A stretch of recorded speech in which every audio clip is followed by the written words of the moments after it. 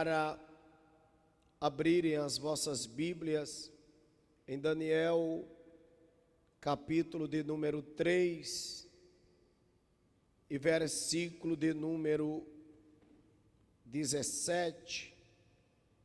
Aleluia! Para a nossa meditação.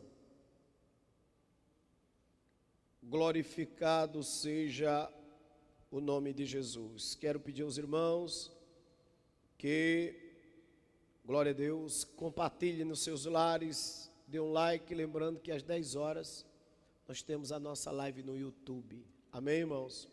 Os irmãos vão terminar o culto e todo mundo vai para casa para acompanhar a live que nós estamos falando de avivamento lá na nossa live. Daniel 3:17, convido toda a congregação para ler juntos. Eis que o nosso Deus, a quem nós servimos e que nos pode livrar, Ele nos livrará do forno de fogo ardente e da tua mão, ó Rei. Aleluia! Meus irmãos, observe que nesse versículo, Daniel cita duas lutas. Glória a Deus, o forno e a mão do rei. Veja, meus irmãos, porque se ele tem enfrentado ministro Júnior, irmão Guedes, se eles têm enfrentado a fornalha e não têm posto freio em Nabucodonosor, Nabucodonosor dizia: escapa da fornalha, mas vai morrer na minha mão. E eles diz: fique sabendo, ó rei, que Deus vai livrar a gente da fornalha, da mão do cão e da sua. Levanta a mão e dá glória para Jesus. E eu quero anunciar que não vai ficar ninguém no teu pé, no teu caminho, depois da ação de Deus na tua vida. Tu está com medo dos resquícios que podem ficar, mas Deus manda te dizer que quem está pensando em te pegar depois da guerra, achando que tu vai depois te entregar pelo cansaço, Deus está dizendo: é debalde, porque nem a fornalha e nem o dono da fornalha vai parar a marcha na terra. Minha querida irmã Dinael, orando a Deus, eu fiquei pasmo com essa leitura, porque nos meus 48 anos de idade e nos meus 38 para 39 anos de crente, nunca tinha pensado dessa maneira. Por isso que a palavra de Deus se renova a cada manhã. Todas as vezes que você está lendo, há uma inspiração que brota para lhe dar um norte de visão da coisa. Se formos fiéis à providência divina, jamais faltará, aleluia, o cuidado na nossa vida. A história narrada no capítulo 3 ocorreu possivelmente no final do reinado de Nabucodonosor, já quando ele estava terminando. O texto é mais uma prova de que vale a pena ser fiel a Deus até quando fomos desafiados em nossa fé. Nabucodonosor já havia se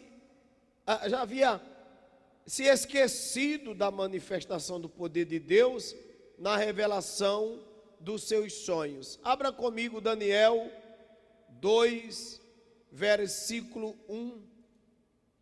Glorificado é o nome de Jesus. Daniel capítulo 2, aleluia, versículo 1, quando diz: no segundo ano do reinado de Nabucodonosor, teve Nabucodonosor uns sonhos, e o seu espírito se perturbou.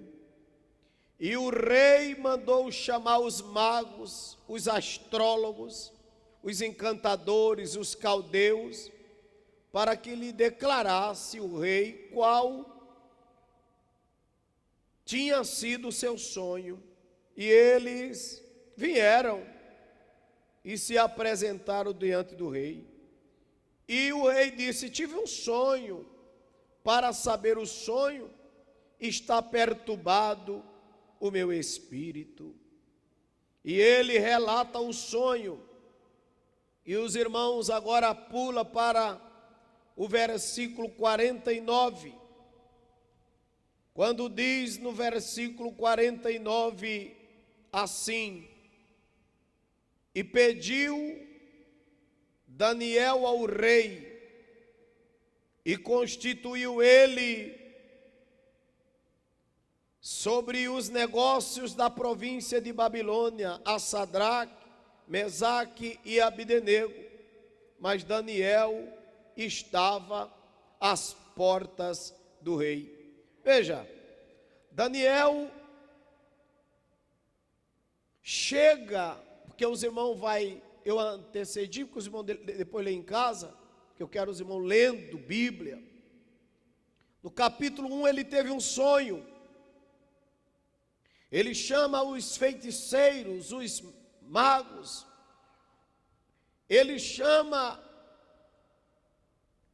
essas igrejas que prega o oba-oba. Ele chamou todo mundo. O último que ele chamou foi o profeta radical. Porque ninguém quer te dar oportunidade. Se tu é fiel, ninguém quer te dar oportunidade. Porque te diz que tu é chato. Tu é taxativo. Tu não vai em qualquer canto. Tu é da Assembleia de Deus da família. Tu para comer qualquer coisa, a coisa tem que ser muito boa. Você que é dessa igreja, quando você chega em outra, se não tiver uma comida convincente, você fica por educação, mas não consegue. Eu tiro por mim. Eu fico lá sentado, esperando a hora de Deus terminar aquilo para ir embora, porque não sei. Então, chamou todo mundo, e ninguém disse coisa com coisa, até tinha quem abrisse a boca, mas Deus não estava na boca. E por fim, mandaram chamar a Daniel. E quando Daniel chega, conta tudo, e o rei se encanta, porque nunca viu tamanha sabedoria. Ele disse: eu não sabia que existia um homem com o espírito de excelência. Aí disse: esse tem o espírito dos deuses.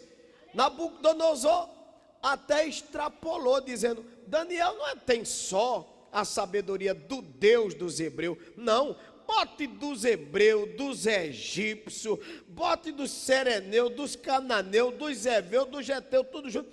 Daniel tem a sabedoria dos deuses.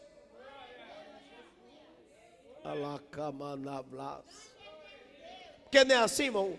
A pessoa fica impressionada: rapaz, onde é que tu buscou tudo? Quem é que está te dando? Não é não. Daniel domina a ciência dos deuses. Ele disse isso.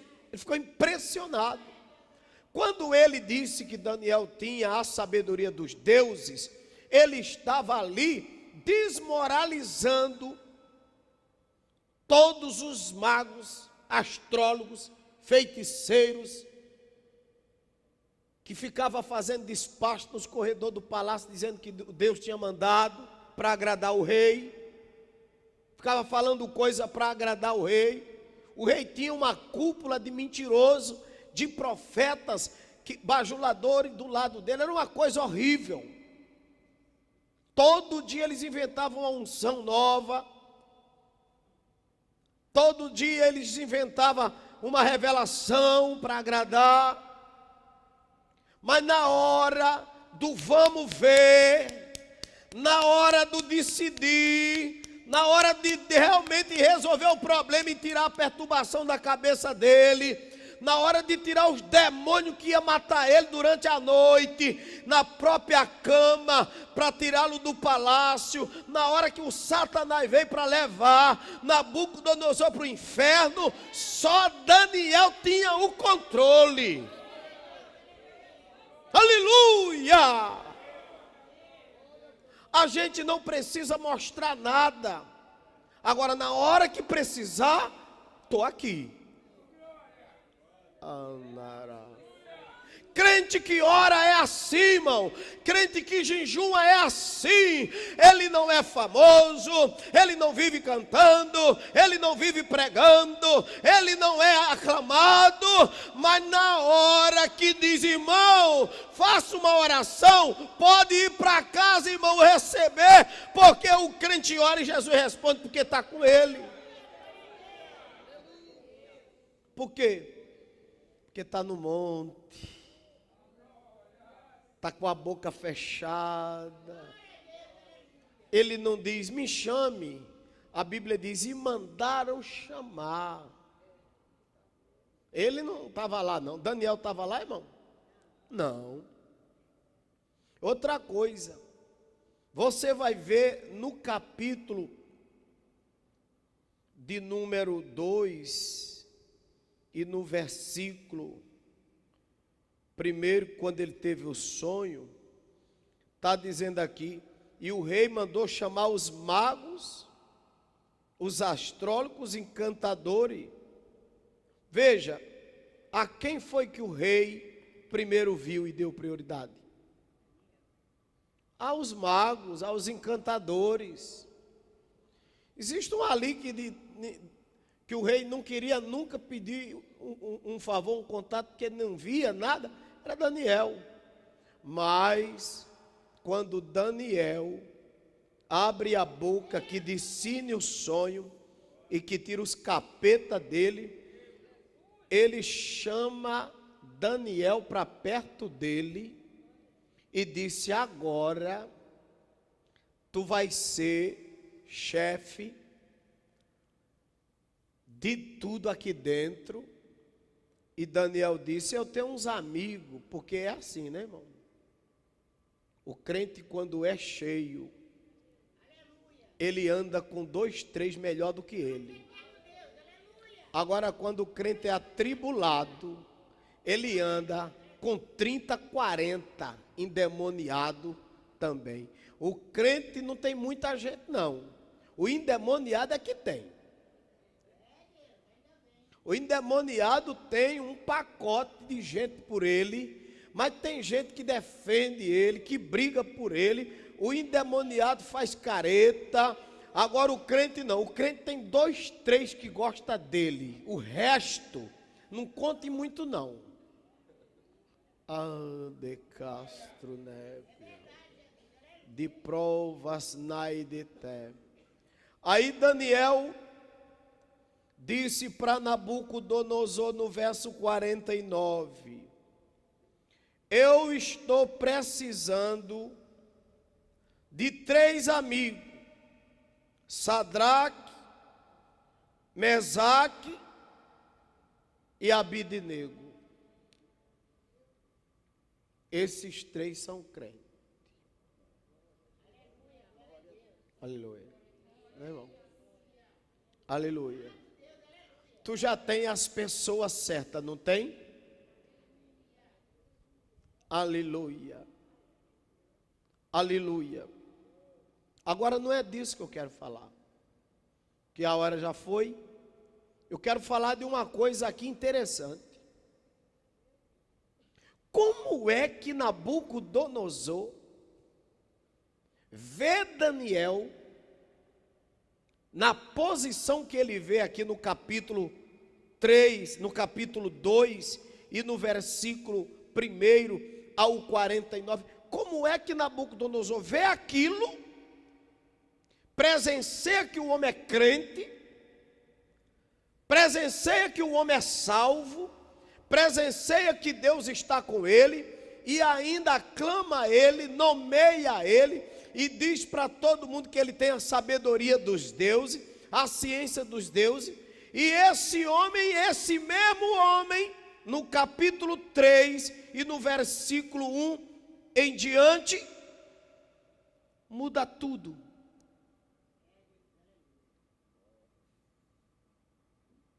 Muda tudo. Veja,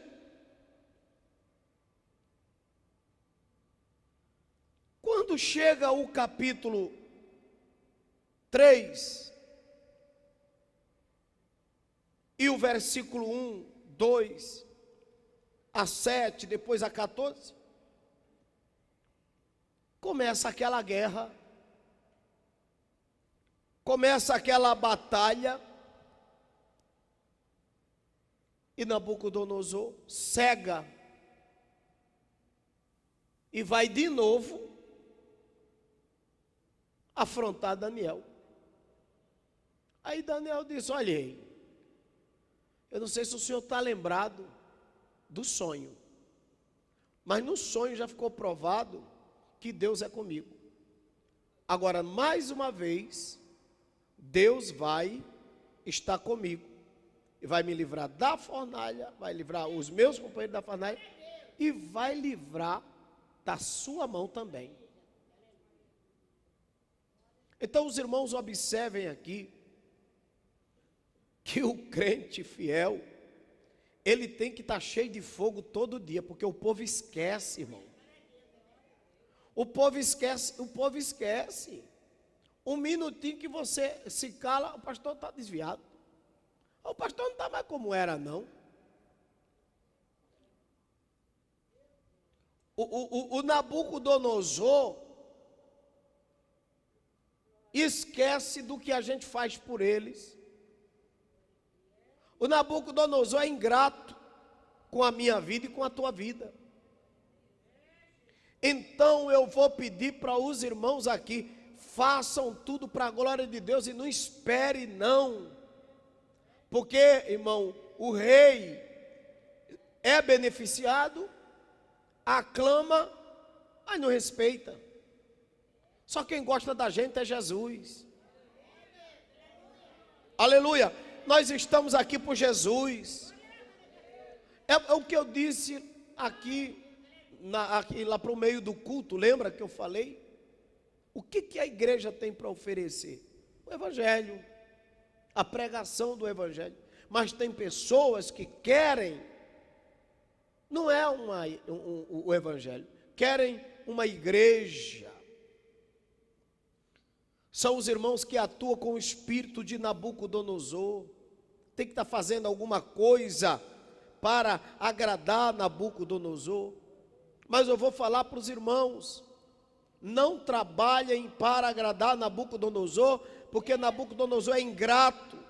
Toda hora você vai ter que fazer, porque Nabucodonosor é ingrato. Nabucodonosor não tem coração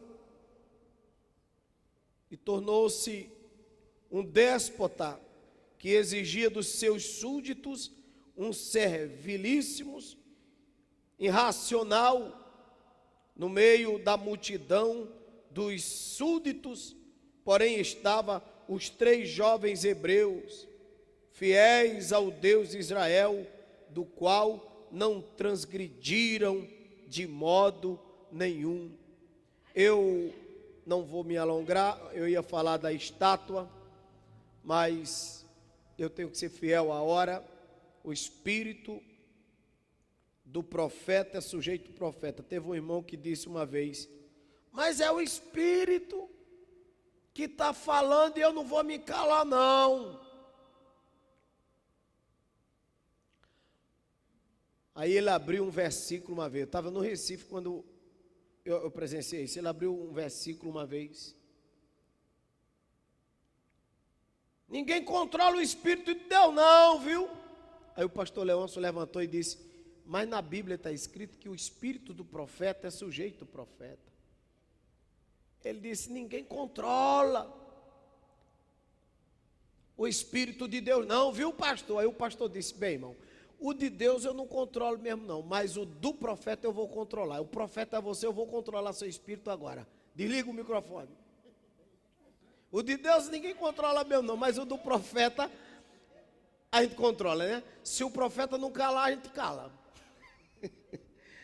O espírito do profeta é sujeito ao profeta. Aí, irmão, não é o espírito de Deus, não, é o do profeta.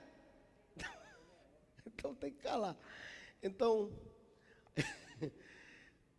Deus está dizendo assim: o profeta, se controle porque o povo mora longe, fiquem de pé.